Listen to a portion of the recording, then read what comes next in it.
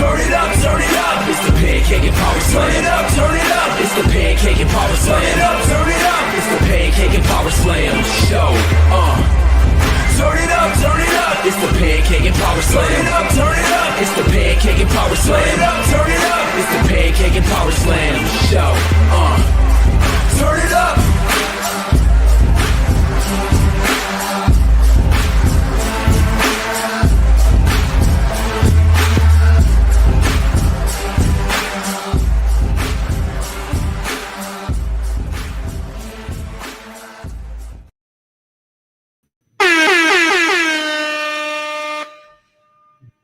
What is going on, everybody? This is the Pancakes and Power Slam Show. I am Dr. Chris Featherstone here, live and living, culligan, funky like a monkey, if you will. Right. Let's see. What we feeling today, music-wise? Come on with it. Come on with it. All right. Man, this computer here is lots of daggone computer. Lots of fun, man. Tons of fun, dude. Tons and tons and tons of fun. You gotta love it. You gotta love it. All right. There we go. All right. Yeah, man. Yeah. All right. How y'all doing, PNP Nation? Trying to get this information up here.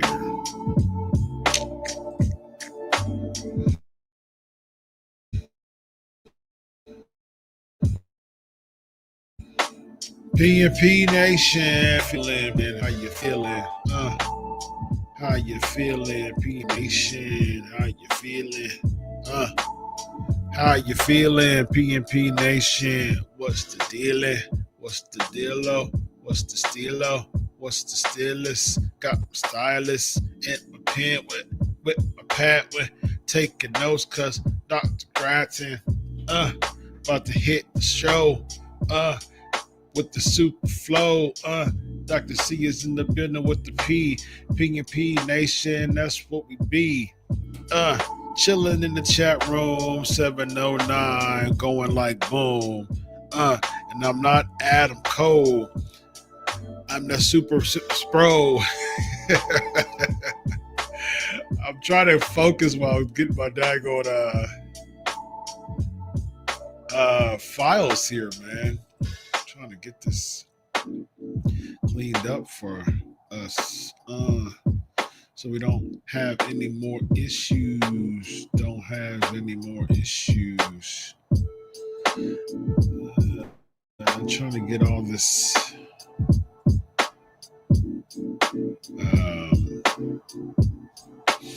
Technology, man, you gotta love it.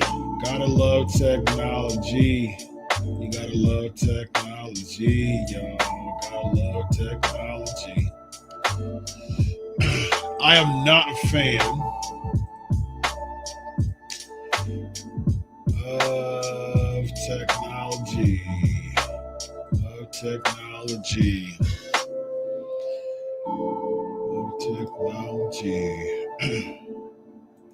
How y'all doing though?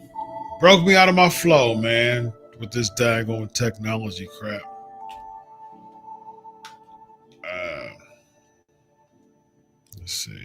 Let's see here. How's everything looking and going on the channel? All right. Yeah, man, it looks fine on the channel, looks like. What's up, everybody? I see everybody in the building. I see my guy Phil Fox in the building. People's Wrestling Channel, James B, Dr. Chris. That's what I'm talking about. Also in the building. Daniel's in the building. We got the squad in the building. And numbers should continue to come on in, y'all.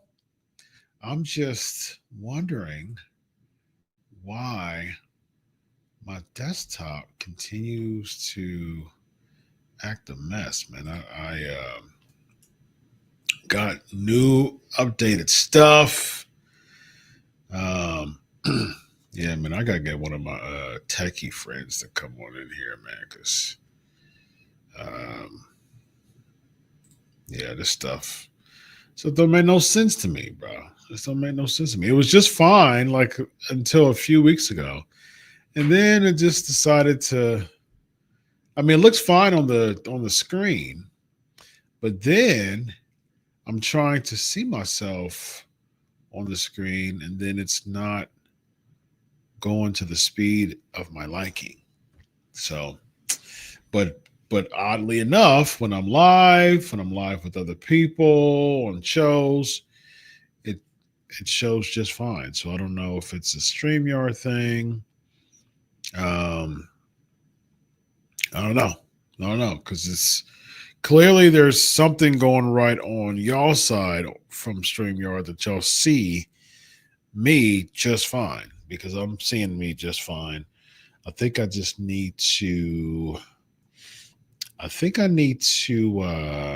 contact StreamYard to be sure that yeah, because this is awkward. Awkward. But we will get it together. All right, y'all. We will be sure that we get it together. Because now every time I go on StreamYard, everything on my computer gets slow. I can be on anything else. I can be on YouTube. I can be on other sites that, takes a lot of CPUs, and everything will be just fine. But soon as I hop on this StreamYard, buddy,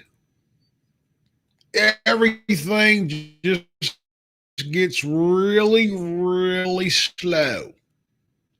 So we'll make it happen, though. It's all good. All right.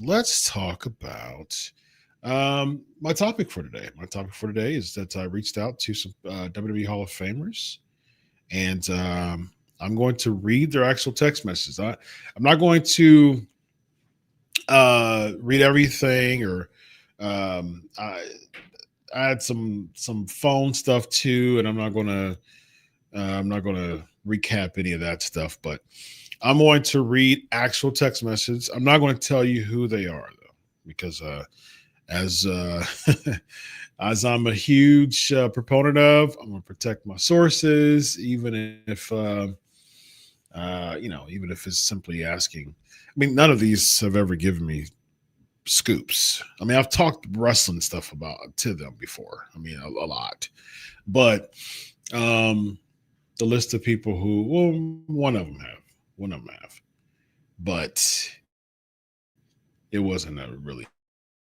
big scoop, but it was a scoop and it was accurate.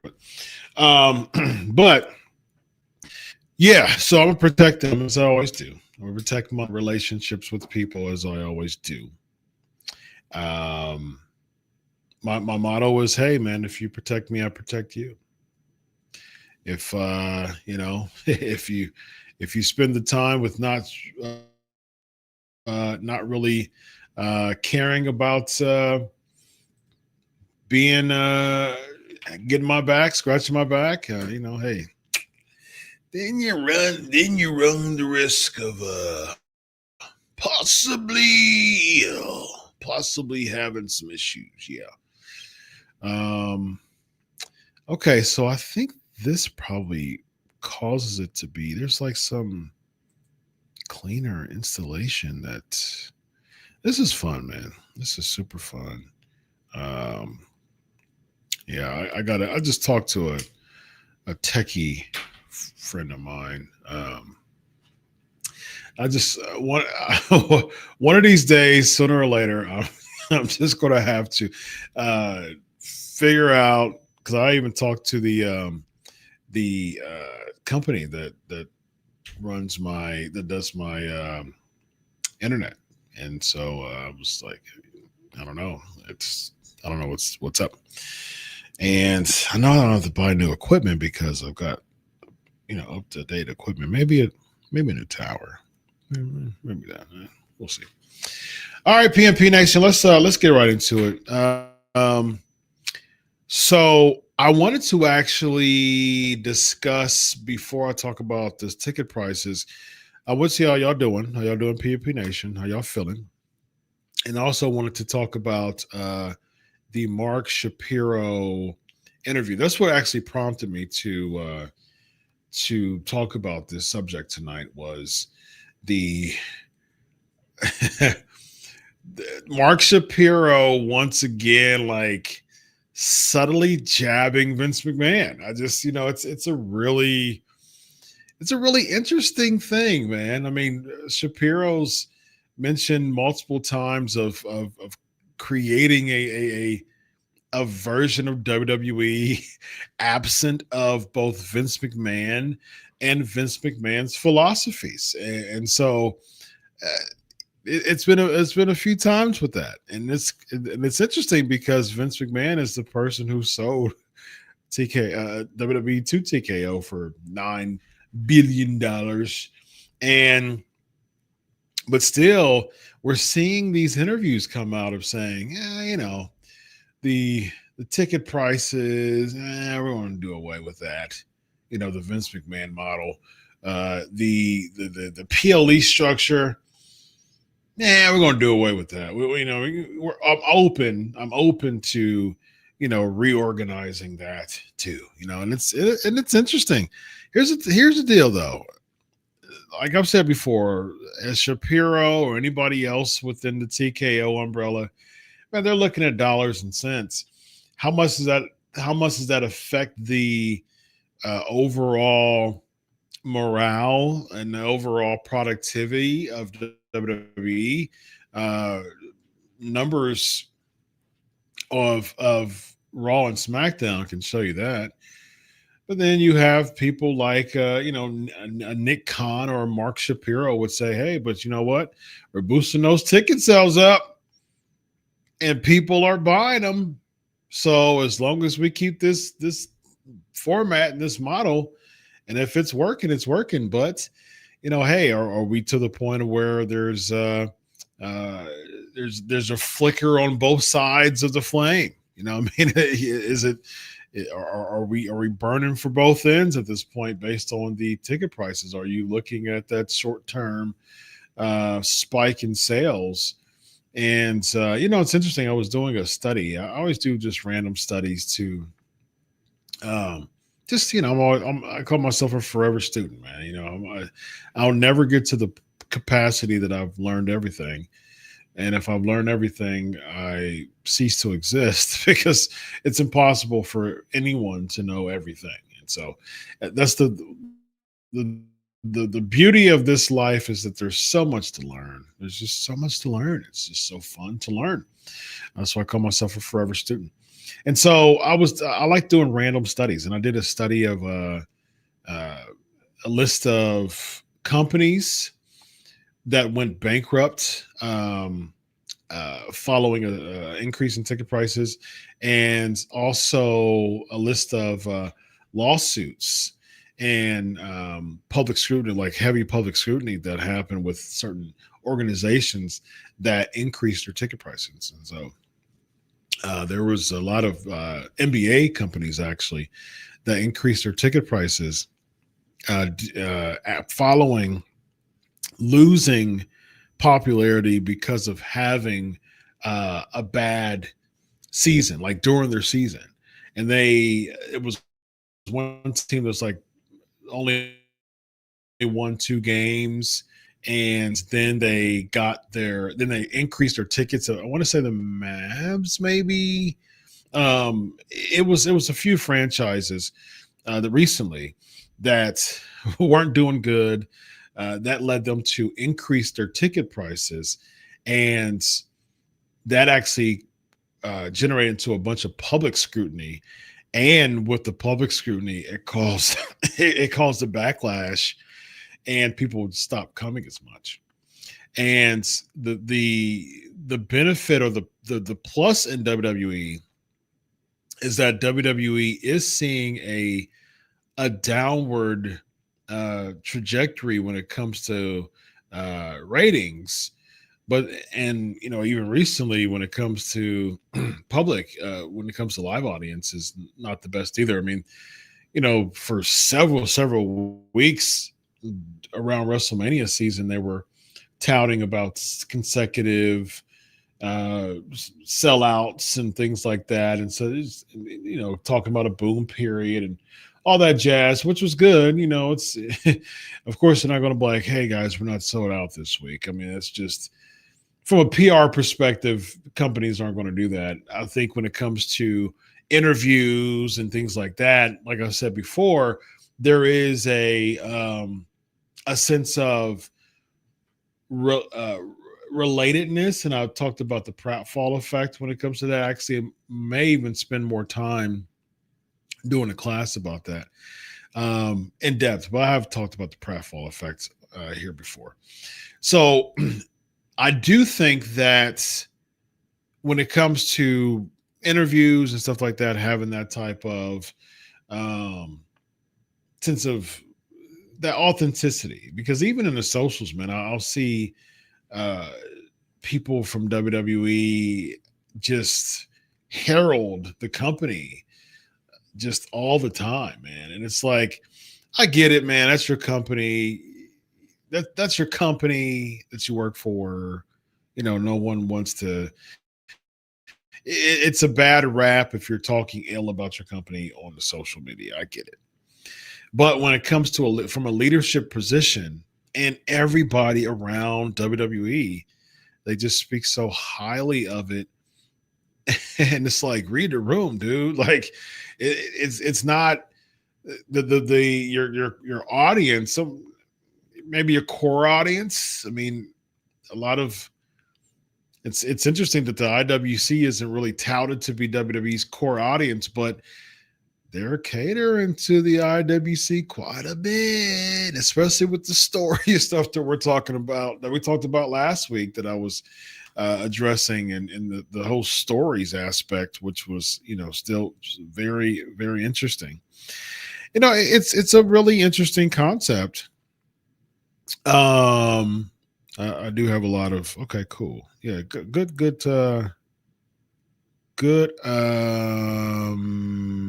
comments. So keep them coming. Hashtag Ask Doc is the way to go.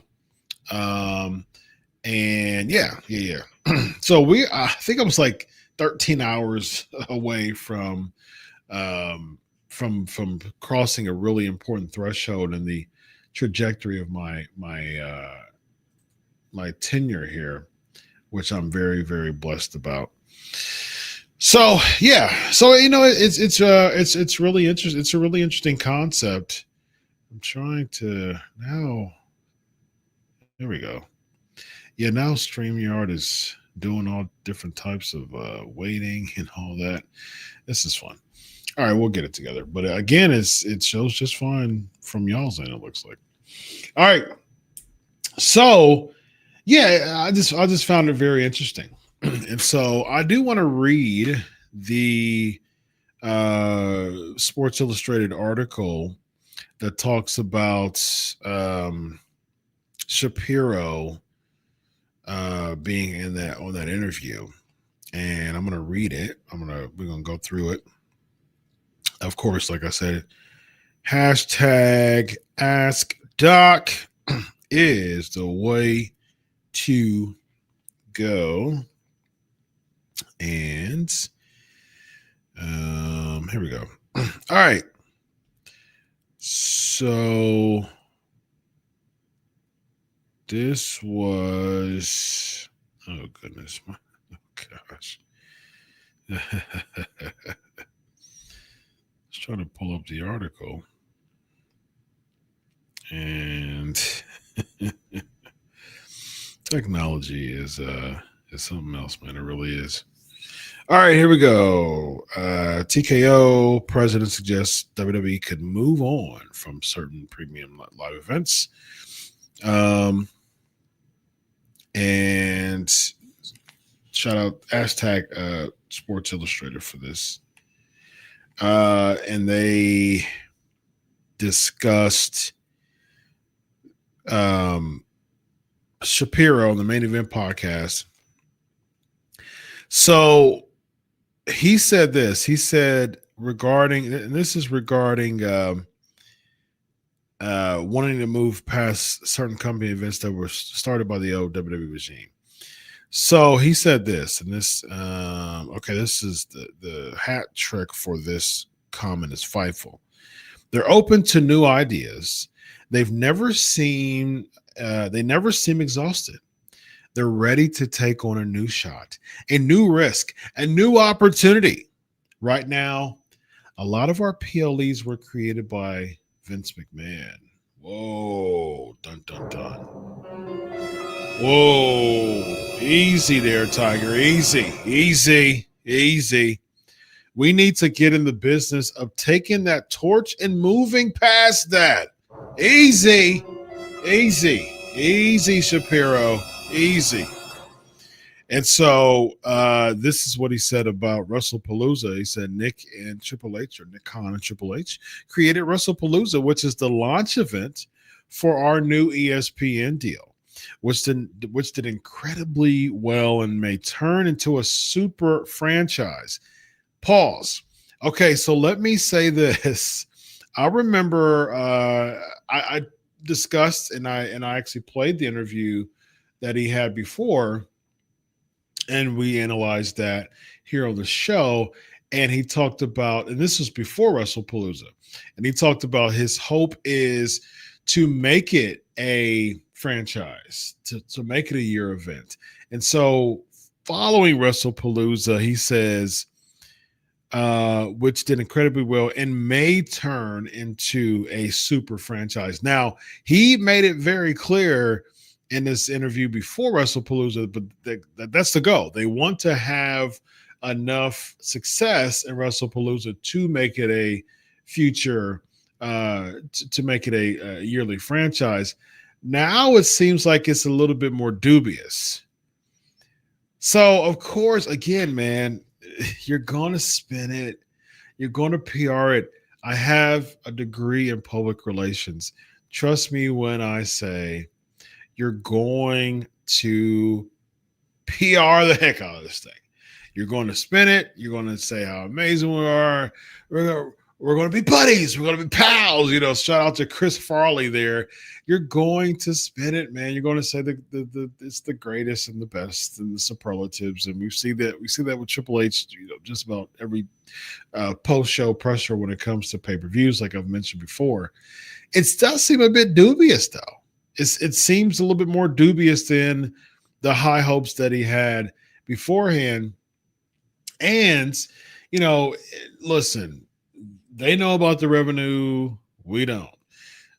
But this is the patterns that we can notice, though, when it comes to WWE stuff. We can't notice the patterns of they're quick to say the superlatives when they were able to achieve something to their liking. When they sold out of something, when they had the greatest gate in the whole wide world, and they had a 7-day total of 239,000 people. That's their thing. And they're going to be sure to let us know that. This is the 18th and a half sellouts. This is the 31st and a half sold out PLE. This is the 14th and 3/4 sold out Raw. This is the 19th and 3/4 sold out SmackDown. Like you're gonna know about all that. But what about the WrestlePalooza numbers? What about that? I'm interested in knowing those things, and it just makes me wonder. Now I'm theorizing here. It just makes me wonder why those WrestlePalooza numbers aren't as showcased as what Shapiro hoped with the interview that we saw before that we covered here on the show. He said, not to mention from a merch standpoint, I don't need to tell you securing the IP rights and then selling the merch at WrestlePalooza. Let's just say that it was a real winner. Interesting, securing the IP rights. That's interesting because it does make me wonder, wouldn't they have the IP rights if they bought ECW and ECW had a WrestlePalooza? As far as the sports are concerned, there was a WrestlePalooza. I think it was a parody or something like that before on, I don't remember the show. Maybe Married with Children, something like that. But yeah, I remember seeing back in the day, I used to watch Married with Children all the time. And I do remember seeing that. But as far as just a WrestlePalooza, that was 30 years ago. I mean, I think 95 was the first WrestlePalooza from ECW. So when it comes to IP rights, that's interesting. I don't know what the details are and why he would say that. I'm sure there's a reason, but I didn't understand that too much. So yeah, I mean that's what. I mean, here's the thing, man. Shapiro's going to Shapiro. I mean, like anytime it's the same formulaic type of interview that you're going to hear from Shapiro. And it makes sense. Dude's a top executive for TKO. I mean, he's not going to come out here and he's not going to be like, you know what, man, I really weren't happy with WrestlePalooza. I really didn't like the numbers too much, to be honest with you. I mean, it actually was a bit of a bust. He's going to spin the fact that SmackDown got under 1 million people last week or 2 weeks ago. And yeah, it was able to increase by, it went to 1.3 million. So it was able to have 100,000 people more, than Halloween. I mean, but the thing is they lost 1 million and then they gained like the Halloween special. I did a post on my Twitter that they lost nearly 1 million viewers from last time. Actually, what was the post that I had? I said that I did a little comparative study there. I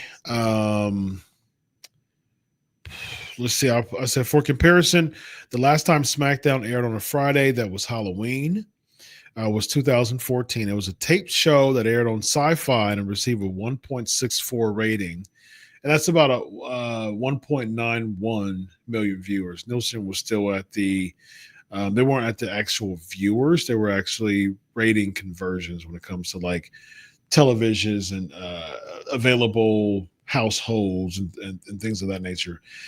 Actually, a little bit shorter. Shortly after that, they start migrating into just total viewership.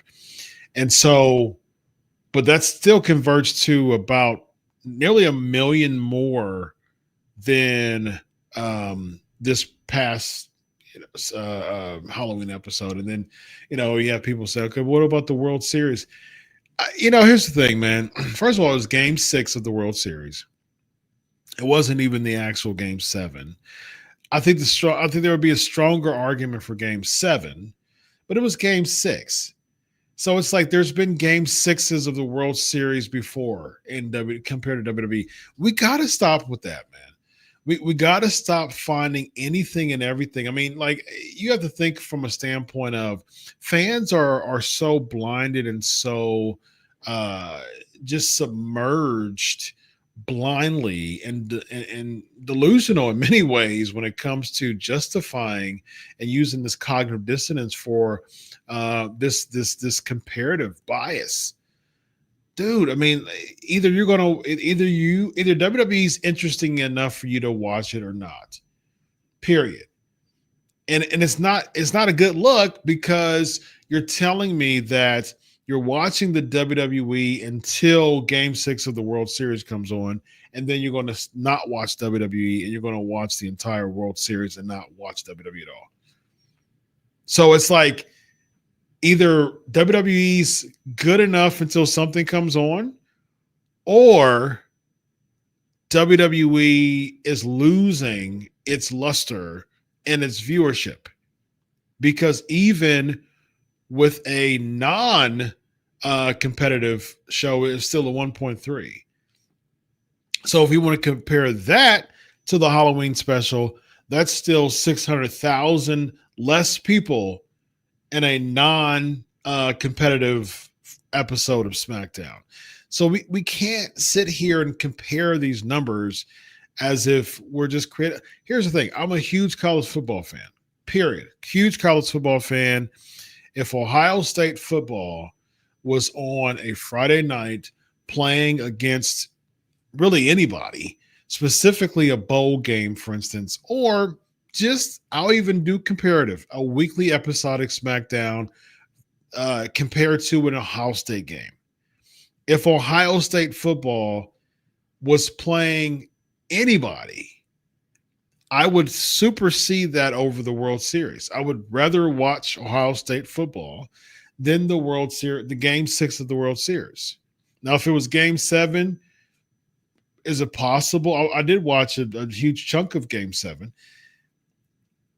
Would it be possible for me to swap WWE and the World Series? Yes. So if I'm dually watching both, either my my specific viewership is not going to count, or is going to count for both of them. So it's like you can't sit here and say, okay, well, I'm not going to watch SmackDown completely. I'm going to watch Game 6 of the World Series to the point of not even having my viewership count for SmackDown. So that's not a strong argument, man. That's not a strong argument. So when it comes to the reality of the interest in pro wrestling, it's just not there as much anymore. But here's the thing, man. When it comes to the Shapiros of this world, they're not going to say stuff like that. But, and again, here's the thing. Kudos to TKO as a conglomerate, that they're able to squeeze the gonads of pro wrestling fans enough to have them swipe their credit card at 25, 27, 19, 36 years old and put them in debt. I mean, like, hey, I've said it before on this show, and I'll say it again. Kudos to TKO because they've got the formula to put people in debt for the sake of this same old formulaic television that people complain about. They complain about it, and then they buy a ticket for it that costs 4 figures and sometimes 5. And they swipe their credit card, and they get in a bunch of debt, but they complain about it. But they swipe their credit card, and they get in a bunch of debt, rinse, repeat. Look, they ain't got nothing to do with TKO. I mean, look, listen, that ain't got nothing to do with TKO, man. When it comes to price gouging, is that an argument? Yes, it's an argument, and I'm about to read some text messages from Hall of Famers of how they feel. But at the same time, look, if they buy it, keep it the same price. You know, so it's an interesting it's an interesting concept, and it's an interesting thing. Look, keep it. Keep the same prices. Why would, and I mentioned this before in this show and other shows too, why would TKO lower their prices if there's still a very high supply? And the sales increased, I believe, 23% for this quarter. So if the sales, I mean, like, you're looking at those quarter sales and you're looking at a 23% boost, and that's the WWE factor. Comparatively, there's, when it comes to like UFC and things like that, WWE was like the star of the show. They've got the MVP sticker for this quarter because they were able to bump their sales for 23%. And so, hey, man, look, if I'm an executive and I'm looking at dollars and cents, and I know that I could be price gouging with these ticket sales, regardless of how you feel about it, which, again, I think the feelings are legitimate, and we'll discuss them in just a moment. I've talked about it. I've had a whole show about it. But at the same time, business-wise, if you complain, here's the thing, man. Your complaining means nothing if you're not actually doing what needs to be done to make a change. Period. If you're not opting out, and again, I just said that I do a lot of just random studies, and they had to reorganize, they had to restructure ticket pricing when people started to opt out of attending games, basketball games. There's several studies to show that. They show companies that has either almost went belly up or actually went belly up because of trying to price gouge tickets, because you're seeing a loss of overall popularity, or your consumer base is decreasing. So therefore your prices and your ticket prices are increasing. I just gave an example of that when it comes to the NBA teams. Because the thing is, there was actually a really cool study of like what the average ticket price becomes as people start to go down, or a college football team starts to decrease in interest because they're not doing well. And I think it was like a year or two ago, I saw that Auburn, who is former national champion, a legitimate rival to Alabama in certain years, a powerhouse of an SEC team, from at one point it was like Auburn, Alabama, heated rivalry, SEC powerhouses. Now Auburn is definitely not a threat, and they haven't really been a threat for a while. And they showed there was a statistic of the average ticket price and how drastically it went down because people just aren't coming anymore. But in the WWE's model and in the few of the pro basketball teams model, they're increasing the prices and people are opting out of basketball, but people aren't really opting out in wrestling. Now, from an overall audience base, you're opting out. But I mean, WWE's making deals, a $1.6 billion deal with ESPN. You're making a $5 billion deal with Netflix. So it's like you're making these deals, which are fantastic, man. That's business. You can't knock them for that. But if you're going to complain about these ticket prices, which I think legitimately it has legitimate complaints to it, what the heck are you going to do sitting on the sideline, like sitting there complaining about? It's like if I had a clothing store and I was selling plain white t-shirts for $300. It was just as simple. I mean, there's high-end stores that do that, which I don't understand the point of that. But look, if you get your money, you get your money. There's high-end stores. Say if I was a high-end store and I sold just a plain white t-shirt, didn't have my logo on it or nothing. Maybe a logo on the inside tag. But I sold it for $300. If you are a consumer and you continue to shop at my store, but you continue to complain on Twitter about this $300 white shirt that has no design, no nothing, no emblem on it whatsoever, and then you come back and buy another white shirt for $300. Why would I care that you're sitting there on Twitter complaining about buying a $300 shirt from my store if you come back and buy a $300 shirt from my store? Let's add more people to that. If there are 500 people who complain about buying my $300 white shirt on Twitter or X, and they come back within the next week and they buy the $300 shirt again, or they buy a $300 black shirt, why would I care that they're complaining on Twitter about buying a $300 shirt? I don't care.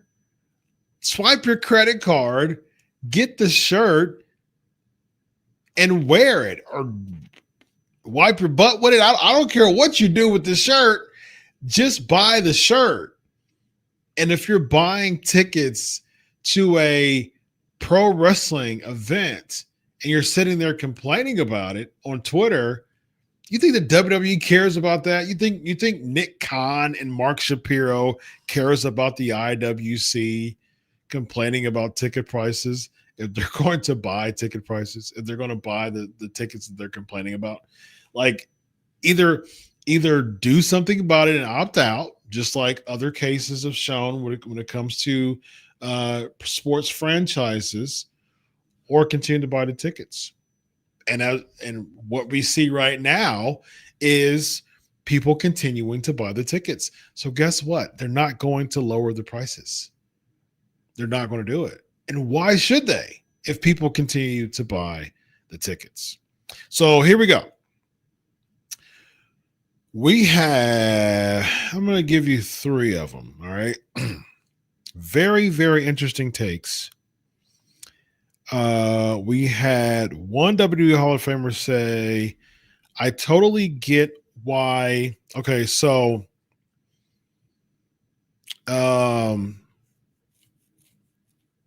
yeah, so I was asking about, I sent the text saying I want to get Hall of Famers to get their takes on current ticket prices. So one said one WWE Hall of Famer said, I totally get why they want to raise ticket prices. WWE should be comparable to UFC and UFC's ticket prices, but at the same time, WWE is more of a family-friendly business in which families attend the events together. So I'm torn between making it affordable as a family and also assuring that WWE has the same value as UFC. I think that's a great take. I will say though, and that's Shapiro's mindset too. And this person is one of the most popular WWE champions of all time. And I will say that this is a really good take here. My issue, though, I would say my only pushback is that WWE and UFC. I get it when it comes to comparable ticket prices. I get it, and I understand it, and I'm not mad at it as far as just what Shapiro wants. And he talked about that in that interview that we played and I reviewed. But they're not the same entity. Triple H even said that in the interview that we talked about just last week. Like they're not the same. And so you can't market the WWE and UFC as two comparable things under the TKO umbrella. And in fact, you don't want to do that, because if you're marketing any type of similarity between WWE and UFC, that makes the WWE look like a Bush League version of a combat sport. That's not what you're trying to market the WWE, and you shouldn't want to try to market the WWE, because that would look like a joke. That would say, okay, well, here we have real fighting over here at UFC, and then we've got the fake fighting over there in WWE. That's the reason why the more distant it is, the entities, the more there's distance between the WWE and UFC, the more legitimate that both will look under the TKO umbrella. It should be a stark contrast between each other. It should be entertainment. WWE's entertainment. It's the tried and true. It should be, at least when it comes to pro wrestling. It should be the tried and true babyface versus heel storyline arc of, like I said in previous classes, like I've said multiple times, the superhero versus the supervillain. And there's story arcs and there's stories to build that crescendo. But if you have a audience that is perceiving pro wrestling to be real, you're messing it up. Like you're completely burying the distinction.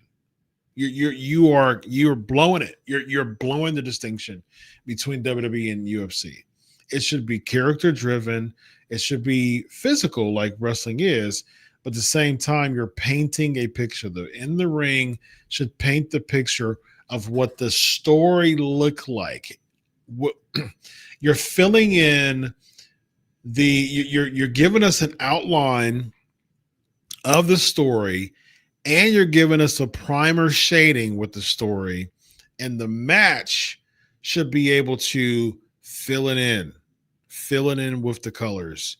But at the same time, you've already gave us a blueprint. You've given us an outline drawing, and you've given us a shading and a primer of this story. And this match is basically filling in all the preceding elements that led us to this match.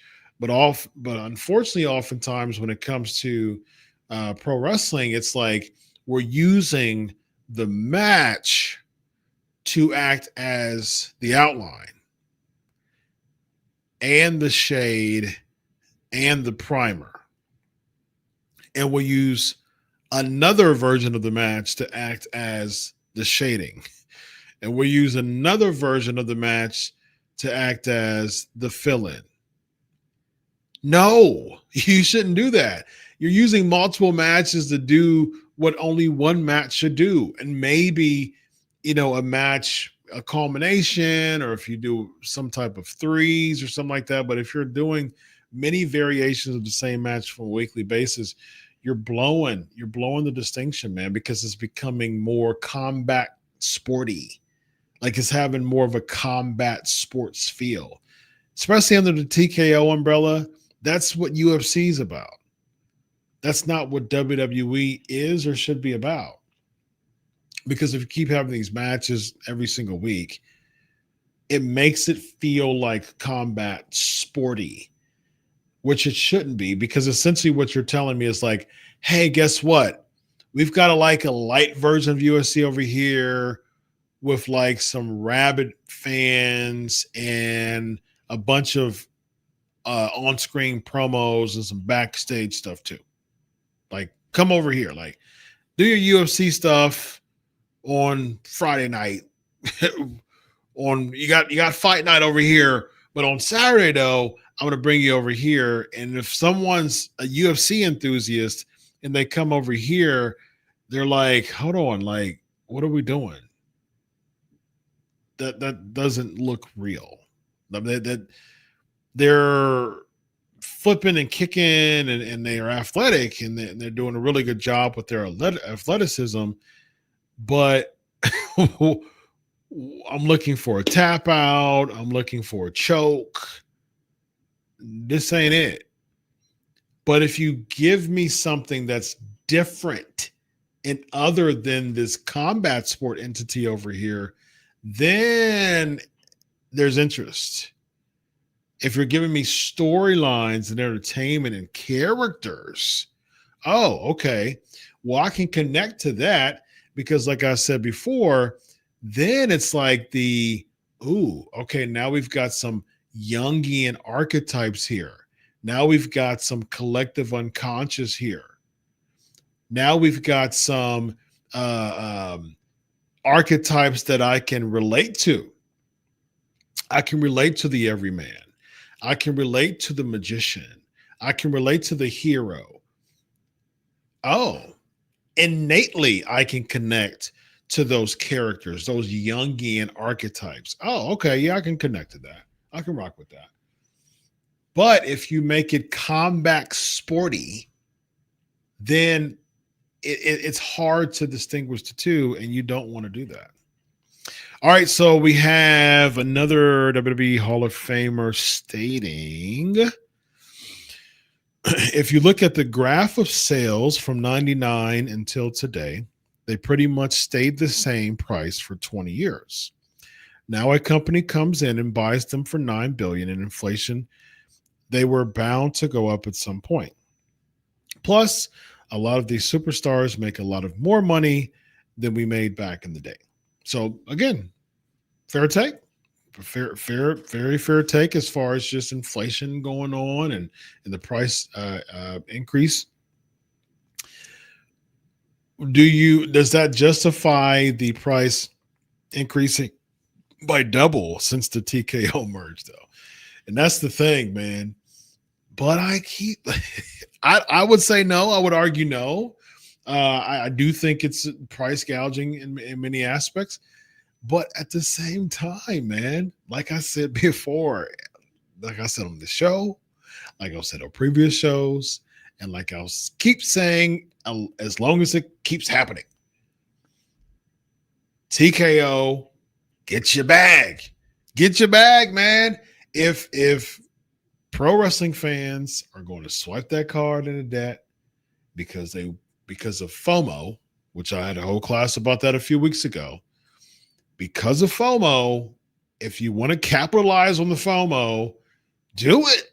I mean, like, you have that sense of urgency, you have that anchoring bias, you have all of those elements, which really massages the minds of the FOMO crowd.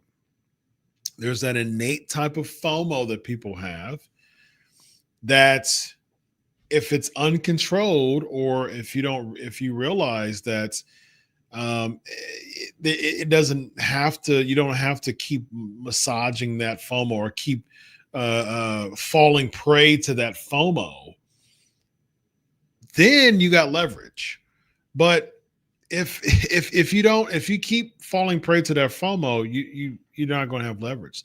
That's like someone coming to your house with the shark, with the new edition of shark every single time. And they're like, this is must have. These are the new features for the Shark 19. And I see that you have the Shark 18, but let me tell you about the Shark 19, though. These are a couple of things that were different than the Shark 19, than the Shark 18. Now there's an extra handle. There's an extra extender for those ceiling fans, and you can get a really good duster. I know that you didn't have that before, and someone says, actually, I actually did have the handle, but you don't have this handle, though. And this handle is really, really top notch. It's a rare edition. And then they're like, all right, I'll get the Shark 19. Guess what? Hey, I got a Shark 20 for you. All right, man. I'm going to get the Shark 20. Guess what? I got a Shark 21 for you. And that's what they're going to do. That's what iPhone people fall prey to it all the time. And so from a company perspective, I'm going to keep knocking on your door and selling you sharks if you continue to buy sharks. If I don't have to hard sell you and spend a lot of money giving you hard sells, and I just have to knock on your door and give you a little something to get to have you buy the next edition, I'm going to keep doing it. I'm going to keep doing it, man. And TKO is going to continue to sell you. They're not selling hard, clearly, because the old model was we had to work our way we had to earn your ticket. Nowadays, they'll just make an announcement and say, hey, it's in a city near you. It's in France. It's in Paris. It's in Perth. Oh, okay, cool. We're going to go ahead and buy the ticket. Who's on the card? Nobody? Okay, I'll still swipe and get into debt. Oh, well, I mean, they're thinking in their head, oh, that's all we got to do is just announce that it's going to be in a city. Okay, cool. We'll have more international events then. That was easy. There's your easy button. There's your Staples. That was easy button. Oh, okay. So time isn't really a factor. Okay, cool.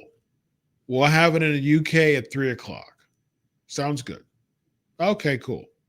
Like, it's just, if it's a non-factor and people are going to buy tickets regardless of the card, that's a layup, man. That's a layup.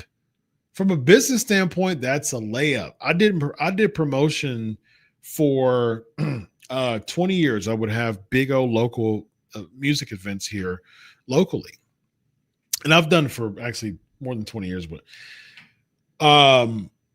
like really heavy before I started to get into my PhD work for about a good 8 years or so, like a really good, about 7 or 8 years, really good, solid 8 years where I was making it,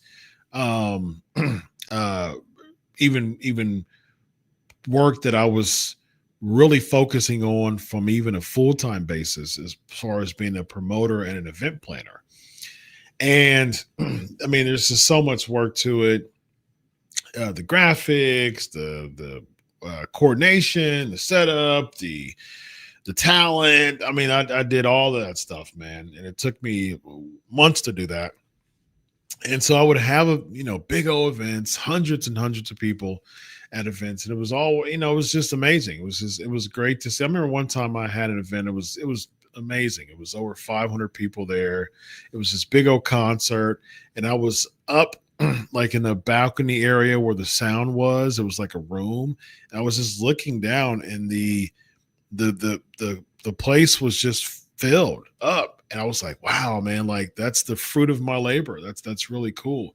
So there's a sense of accomplishment, man, when you spend this much time and effort to grind and guerrilla market and just like affiliate market and do a very door-to-door type of deal. I would go to pizza places and market it. I would do posters. I would do staple-ons on trees. Like, there was just so much that I put into it, and so much heart and soul.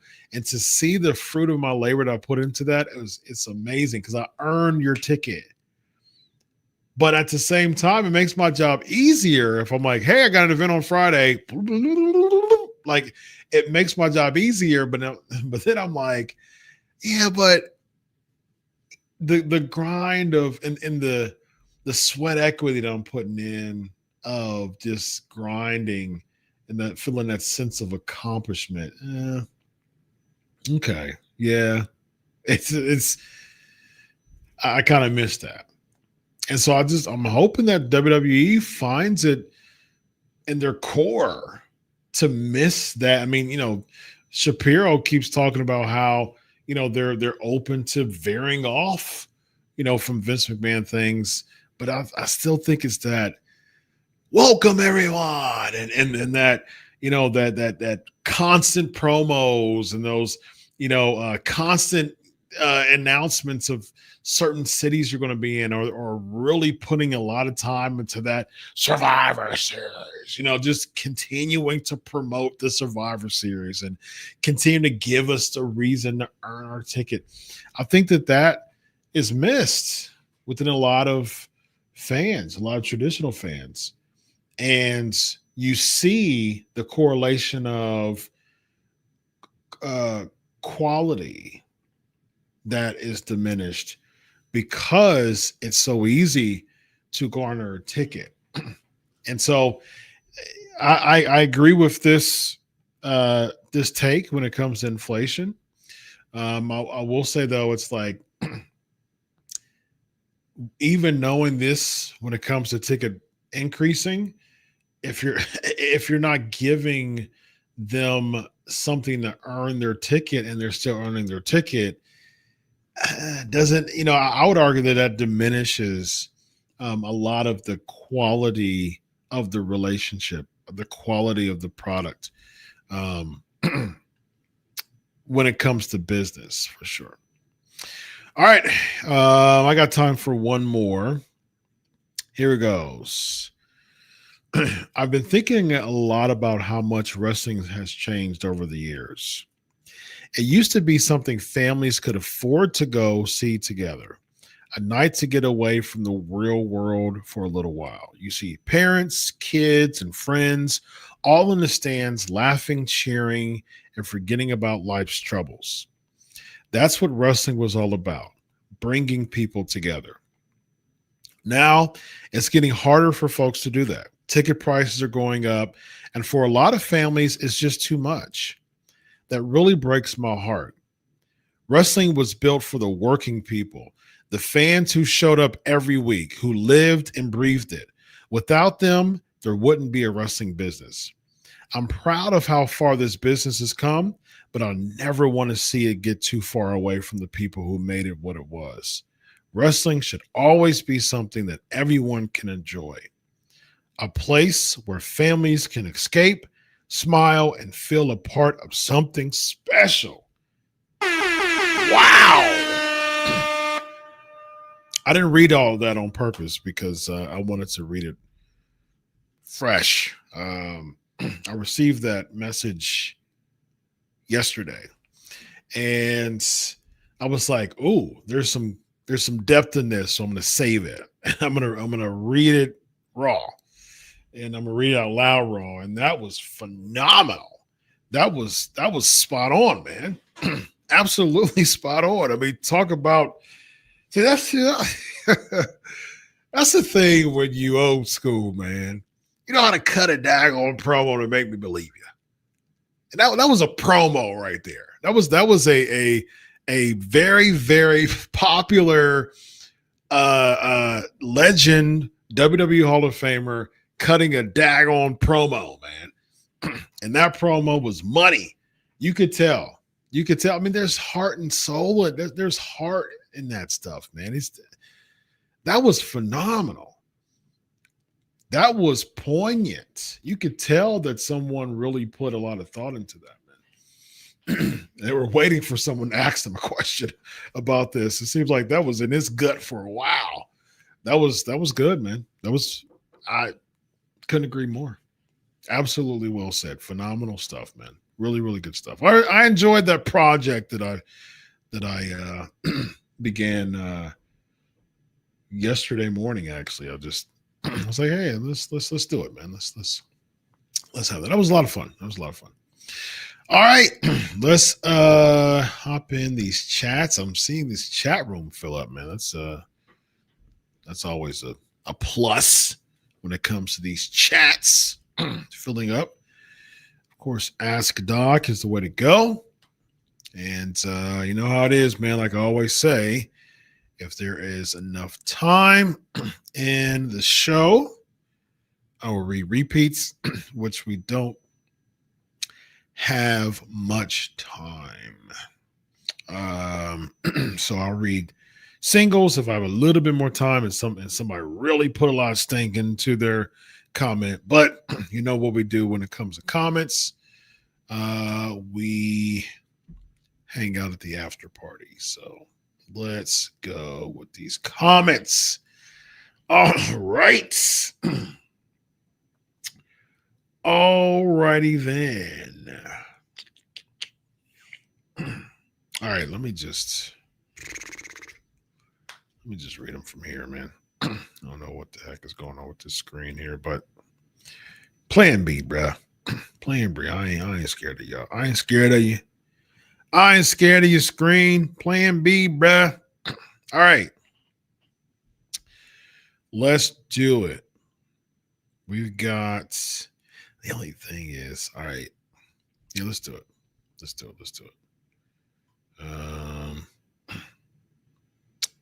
Yeah, all right. Let's do it. I don't know why it's doing that. Let's start with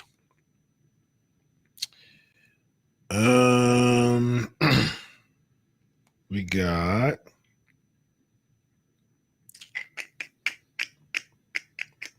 Awesome Sauce. I want to put on the screen though, but again, man, I don't know what the heck is going on with my screen. I want to put y'all's comments on the screen, but it is not working in my favor, guys. All right. Let's start with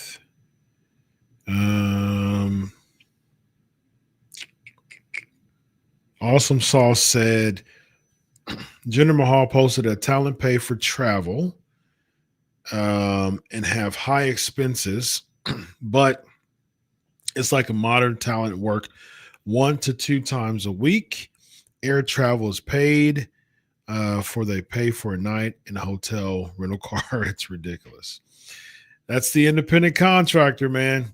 That's how they're able to get away with that stuff. We got Danamore said, if prices go up, then give me someone pay for. I think you mean something to pay for. If this was the golden era, attitude era, then maybe. Yeah. Very fair. We got Robert, you're correct. Married with Children did parody of WrestlePalooza. Al made his son Bud Russell King Kong Bunny. Yeah, the King Kong Bunny Bumblebee suit. Yeah. Absolutely. Absolutely. What's up? DJ Villain, what's up? Appreciate you, Antonio. I'm starting to get some crowns on here as far as what is this, commenters or something like that. I'm about to start moving over super chats, by the way. So I'm gonna allow more time to really dive into these questions, man. 1,000 tickets, 700. Oh gosh. Yikes. Yeah, and all the merch stuff too. That's the crazy. Mado says thoughts on the women's top 250 list. Mercedes was number 1. Timeless Tony Storm was number 2. You know, man, I don't really pay attention to those okay, I think we got a couple of newbies too. OBD, All Things James, Lamar. All right, yeah. We give y'all some love, man. We always give y'all some love. Always give the newbies some love, man.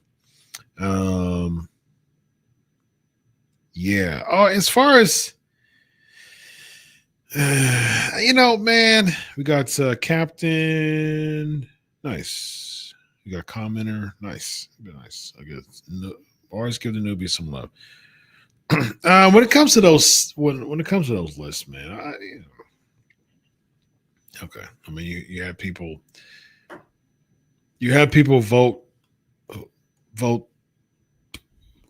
with those lists and what's their criteria, and sure. I mean, if someone's really paying attention to which, I mean, they get paid to do so, so I understand. they really are paying attention to these wrestling matches, and I couldn't tell you if Mercedes Moné deserves to be number one or not because I don't watch AEW.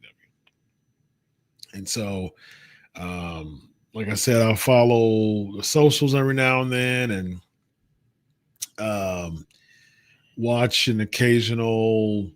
I haven't done that in a while either. At least used to watch occasional pay-per-view. Me and a good friend of mine would go and watch it, buy it on a Bleach Report, and it's I haven't done that in a long time either. So I don't follow it enough to say, yeah, you know what, Mercedes Moné should be number one. I don't know, and so yeah. Sure. I mean, if they're wrestling enthusiasts and they pay attention to all these matches and they're into it, cool, man. Good for them. Mercedes Moné has about 29 and a half belts at this point, and that's her way of, being her brand outside of WWE. And I imagine from the conversations of how much money that she makes now, I'd probably venture to say that she's a lot happier in AEW than she is in WWE. Yes, WWE will give you the reputation and they'll give you the reputation and the even recommendation. But at the same time, you built your brand to make a lot of money in AEW. So go for it. I'm all for it. Do it. Do it. All right, y'all. Apologies of why the screen is acting up. But again, I'm looking at my socials here, and everything looks fine. So always fun. You gotta love technology, man. You gotta love technology. What I do love, ladies and gentlemen, is y'all continuing to report 2 hours ago. There was another comment that came out. Billy is not to go anymore. Interesting. They don't expect major PLEs not to go anymore. They expect major PLEs not to go, or they don't expect major PLEs not to go. So that means that they do expect them to go. Double negative. Break that down for me a little bit more. I'll talk about that possibly on a future episode. All right. This was fun, y'all. Ticket prices stuff. Fantastic comments from WWE Hall of Famers. I mean, you want to talk about some heart, mind, and soul, baby. We received that in large quantities and qualities, for sure. Talk about your mixed methods. You got some quality and quality, for sure. Not to go anywhere. Okay, they're expecting not to go anywhere. Okay, cool. Yeah, I mean, definitely seems legitimate. I'm gonna see why they would. Yeah, I wouldn't expect PLEs to go anywhere either. I mean, that's oftentimes your bread and butter, man, when it comes to just that quick flow. When it comes to the PLEs, man, from a monthly basis, you don't take that anywhere. All right, y'all. Be sure to subscribe, like. We're heading over to the after party. Might be some drama that goes on the after party tonight. It was supposed to be last week, but this week. But guess what? I've got 20 John Cena trivia questions, and I've got an interesting thing that I want to start doing for my Patreons. I'm going to start having like a fun little tourney type of deal, and I'm going to have weekly trivia, and I'm going to build it up to having someone at the end of this series win a pretty nice gift card. Yeah, I'm a big trivia guy. So hop on the Patreon, and and I'm going to start writing people's names down who won the trivia. So then I'm gonna do a fun little series, and the winner of that, I was thinking about denominations. I think I think it's going to be good. I think people are going to be very pleased with their prize at the end of this series. So jump on the Patreon. It's going to be fun. It starts tonight. And tonight's going to be John Cena trivia. All right. And then we're going to keep going with a trivia series for the rest of the year. That's what I plan. So, but as far as today, it starts tonight. So it might not be, I plan on doing it next week too. Might miss a week or two, but just stay on the Patreon, less than $1 a week. Hop on the Patreon, be a part of the trivia series, win a big prize at the end, and then we're going to have some fun. Until next week, enjoy your week of wrestling. God bless, and always remember, I do it for you. Have a good night, everybody. So